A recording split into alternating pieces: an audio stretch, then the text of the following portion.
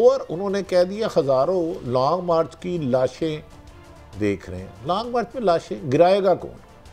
अगर बिलावल भुट्टो सिंध से चलते हैं, लॉन्ग मार्च करते हैं और लाहौर से होते हुए इस्लामाबाद जाते हैं, मौलाना फजलुर रहमान अपने हलके का इलेक्शन हारने के बाद इमरान खान की हुकूमत में इमरान खान के खिलाफ लॉन्ग मार्च करते हैं, तो उधर एक पता नहीं गिरता। तो इस लॉन्ग मार्च में खून क्या से आ गया?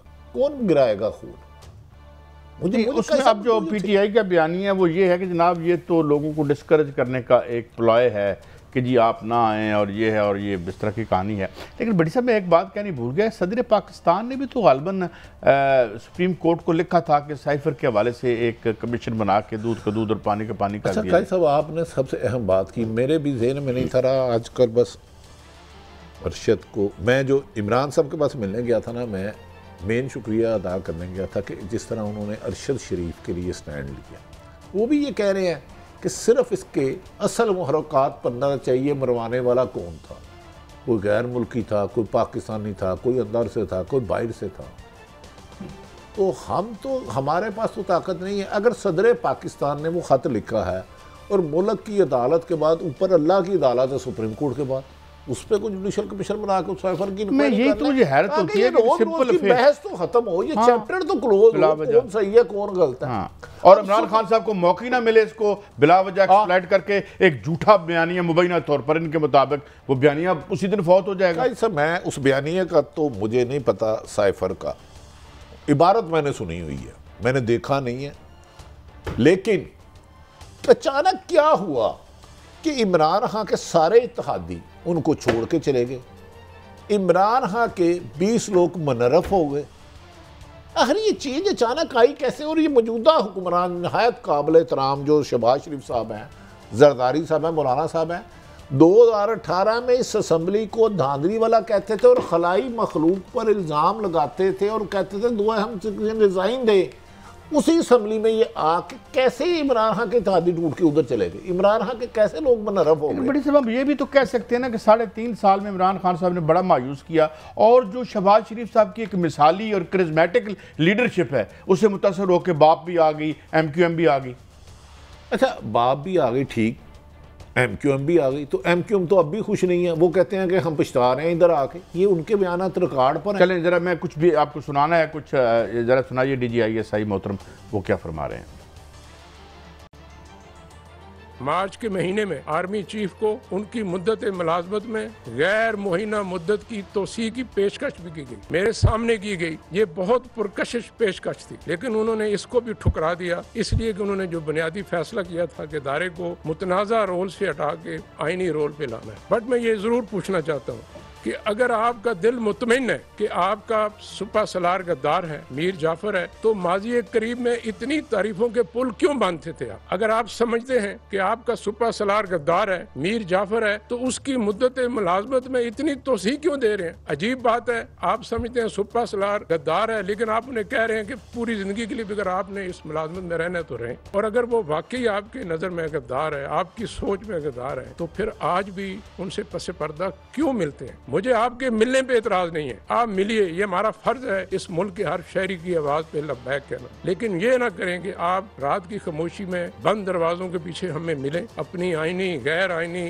ख्वाहिशात का इजहार करें, वो भी आपका हक है। लेकिन ये नहीं हो सकता कि दिन की रोशनी में उसी बंदे को आप गद्दार कहें। आपकी कौलो फेल में, फिक्र तदब्बर में इतना खुला, इतना बड़ा तजाद ठीक नहीं।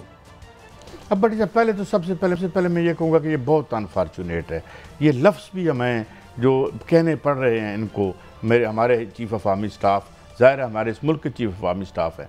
इट इज़ वेरी अनफॉर्चुनेट कि situation has come to this point, क्योंकि यार हम ये बातें इतनी दफ़ा मैं ये लफ्ज़ सुन रहा हूँ, मेरे कानों में बहुत बुरा लग रहा था। काजी साहब, ये पाकिस्तान की सबसे अहम एजेंसी के हमारे DG हैं और इनकी गुजरा से कोर कमांडर कराची थे, लोग तारीफ़ करते हैं और बड़े अपराइट और बड़े ऑनेस्ट, यानी बहुत ज़्यादा है। इन्होंने अपनी गुफ्तगू में एक बात कही थी कि झूठ के जवाब में किसी को तो सच बोलना है, काश सच सारा सामने आ जाए।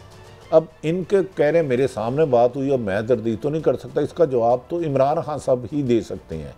वो खुद फरमा रहे हैं मेरे सामने, हाँ हमारा सिपा सलार गद्दार है ही नहीं, वो हमसे 100% यार मैं कहता हूँ ये बात हमें कहने क्यों पड़े? ये एक बात कहना उसको हमें अपने आप को गाली शर्म देने को तो राजी है क्या मतलब यार। हाँ, हमारे आईएएस हो सकता है, हाँ वो नाउज बिल्ला कोई भी नहीं कहता कोई गलती कर सकता है बंदा। मैंने हाँ गलती, मुझे जिंदगी में अपनी फौज के किसी बारे में मैंने किसी से ये लफ्ज नहीं सुना ये गद्दार है ना है। वो हम यार ये गद्दार होते तो हमारे लिए लेकिन मैं अगर ये कहूँ काजी साहब इमरान खान साहब ने ये लफ्ज सिर्फ ये कह रहे हैं कि एक्सटेंशन, तो इमरान खान ने तो मौजूदा आर्मी चीफ को एक्सटेंशन पहले भी दी थी।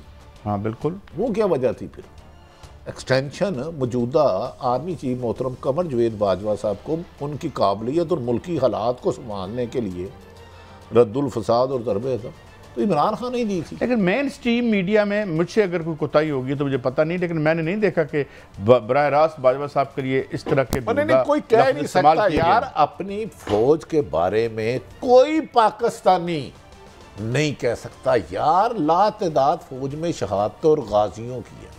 आज भी ये है, वो खुद फरमाते थे वो टफ एरिया में नौकरी करके आए हैं, तो मैं तो टफ एरिया में एक दिन नहीं जा सकता नहीं। तो और फिर इस फौज में और जिस हमारे हालात हैं, जो इस हालात में कौन सा ऐसा जर्नैल होगा जो मौत के जो चंद इंचेस या चंद सेंटीमीटर से बारहा बच के यहाँ तक पहुंचा होगा। और उसको गद्दार कहना तो फजूल बात है। ये पाक फौज में ना कोई कुछ सियासत नहीं है कि अचानक बाप का बेटा हो जाए।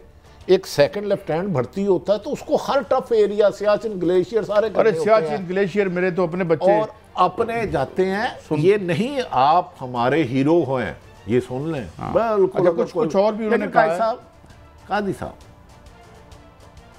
ये इन्होंने हीरो, लेकिन जिन्होंने मौजूदा आर्मी चीफ और उस वक्त के DGIS से रिजाइन मांगा था उनकी क्या वजूहात थी? जरा एक इसकी वजाहत जरूर होनी चाहिए थी, इसकी वजाहत जरूर होनी चाहिए थी। वो तो आज हुकूमत में है ना। हाँ। वो कम से कम ये तो बता दें उन्होंने उस वक्त गलत रिजाइन मांगा था। अब और उसके अलावा एक और बात, अभी ये नहीं, ये तो अब टारगेट उनके बदल गए हैं। मैं हमें नाम नहीं लेना चाहता, कुछ और हमारे इंतहाई मोहतरम जो हैं टॉप ऑफिसर हैं, 3 स्टार जनरल हैं, वो उनके बारे में आज भी बात करने से बाज नहीं आते हैं। अच्छा ज़रा सुने और मज़ीद क्या फरमाया है इन्होंने। इसमें दो राय नहीं है कि आप किसी को मीर जाफर कहें, मीर सादक कहें, आपके पास कोई शवाहिद ना हो तो ज़ाहिर बात है इसकी जितनी भी मजम्मत की जाए ये कम है। मैं आपको कहना चाहता हूँ कि ये बिल्कुल 100% झूठ पे बनाया गया नजरिया है। लेकिन आपको ये पता होना चाहिए कि ये नजरिया बनाया क्यों गया। ये मीर जाफर कहना, मीर सादक कहना, गद्दार कहना, न्यूट्रल कहना, जानवर कहना इसलिए नहीं है कि मेरे इदारे ने, मेरी एजेंसी ने, आर्मी चीफ ने गद्दारी की है। ये इसलिए भी नहीं है कि उन्होंने कोई गैर आईनी गैर कानूनी काम किया है। ये इसलिए है कि उन्होंने, उनके अदारे ने गैर आईनी गैर कानूनी काम करने से इनकार कर दिया। अच्छा भट्टी साहब, एक मुझे इस पर भी बड़ा शदीद एतराज़ है, चाहे इमरान खान साहब करें चाहे कोई करें, ये जो मीर जाफर और ये जो बातें हम बीच में लेके आए हैं, और इससे पहले हमने अपने एक इंस्टीट्यूशन का हाईएस्ट ऑफिस के बारे में ये बार बार बात करनी पड़ी है जो हमारे दिल पे बहुत बुरी लगी है। इसी तरीके से क्या हमारे सियासत को नहीं चाहिए कि कम आप किसी से इख्तलाफ करें? ये लफ्ज़ इस्तेमाल करने की ये तो हमारे जो अभी हमने शॉर्ट चलाया मोहतरम नदीम अंजुम साहब है कालबंडी जी, जी मैं इनके एक लफ्ज़ के साथ सेकंड करता हूँ। बिल्कुल किसी की जरूरत ही नहीं होनी चाहिए यार, इनको कह रहा है मेरे साथ। मेरा नहीं ख्याल कि कभी किसी ने अदारों को कहा है, लेकिन जो लफ्ज़ इन्होंने कहा यही मेरी राय है। मेरे पास कोई हक नहीं है किसी को गद्दार कहूँ, मुल्क दुश्मन कहूँ। अगर मुझे और हमारा दुख ही ये है, हम तो जब उनसे रिजाइन मांगा जा रहा था हम उस वक्त भी कह रहे थे क्यों ये रिजाइन दे, इनका क्या कसूर है, यहाँ तो इन पे साबित करो। नहीं, हम तो भौंच के रह गए। और आज भी हम कह रहे हैं, मुझे आज भी याद है गुजरांवाला के जलसा में जब ये बात की गई लंदन से, और एक एब्सकॉन्डर कह लें या एक जो है कॉन्विक्ट तो हैं आज की तारीख में, कल तक वो भी वापस आ सकते हैं, जैसे आ गए हैं माशाल्लाह सागदार साहब। जब उन्होंने बात की तो I could not believe my years. मैंने कहा यार ये तो हमारे कभी डिस्कोर्स नहीं हुआ इस तरह तो कभी। कादी साहब हम आज भी वो लफ्ज़ नहीं दोहरा सकते, आज भी हम वो लफ्ज़ नहीं दोहरा सकते और ना ही कभी दोहराएंगे, क्योंकि पाकिस्तान की सलामती फौज की वजह से। अच्छा एक और मैंने कम, चूँकि वक्त है कुछ शॉर्ट एक आध बात और सुनाता हूँ और फिर आप बात करते हैं।